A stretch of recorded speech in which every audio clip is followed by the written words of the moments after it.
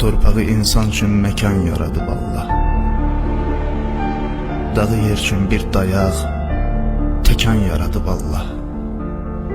Zahirindən baxanda dağ hara, insan hara?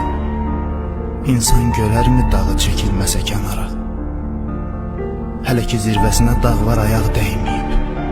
Heç kəsin qarşısında nədə ki baş əyməyib. Dağ var külün vurasan saatlarla başından, mümkün olmaz qoparmaq dırnaq boyda daşından. Görünən tərəfidir yer üzərində dağın, özü boyda dayağı altındadır torpağın. Dağların qüruru var, dağların var vüqarı, vətəni qorumağa amma yox ixtiyarı.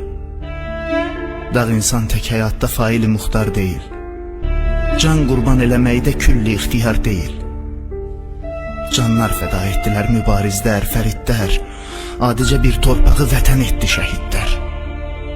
Şəhidlərdir torpağı vətən edib qoruyan, onların barəsində nələr söyləyir Quran. Ölü demə şəhidə, Quran deyir diridir, əbədi cənnət əhli seyidlərdən biridir.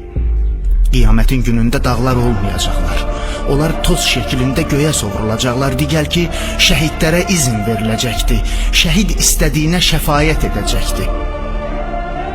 Necə ki yurd uğrunda sipər oldu canı ilə, behişt ətirlənəcək şəhidlərin qanı ilə. Əqidəndə olarsan sən möhkəm qayadan da, daş qopara bilərsən ən möhkəm qayadan da. Amma İmam Hüseyni qana qəltan etdilər, yandırıb xeymələrin yerlə yeksan etdilər.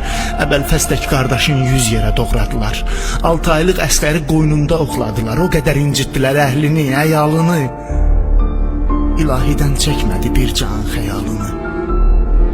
Baş gözündən axan qan süzüldü tabanından, zərrə mümkün olmadı qoparmaq imanından. Dağla insan fərqini özün seç, özün ara. İndi insafla denən dağ hara, insan hara? Dağı insan qoruyur, nə ki dağlar insanı. Dağ yox, insan veribdi dağlar yolunda canı. Torpağın uğrunda əgər ki ölən olmaz, o torpaq çiçək açmaz, o torpaq vətən olmaz. Söz yox ki, insanların içində namərdi var. İnsanda var dağ nədir, dağlar boyda dərdi var.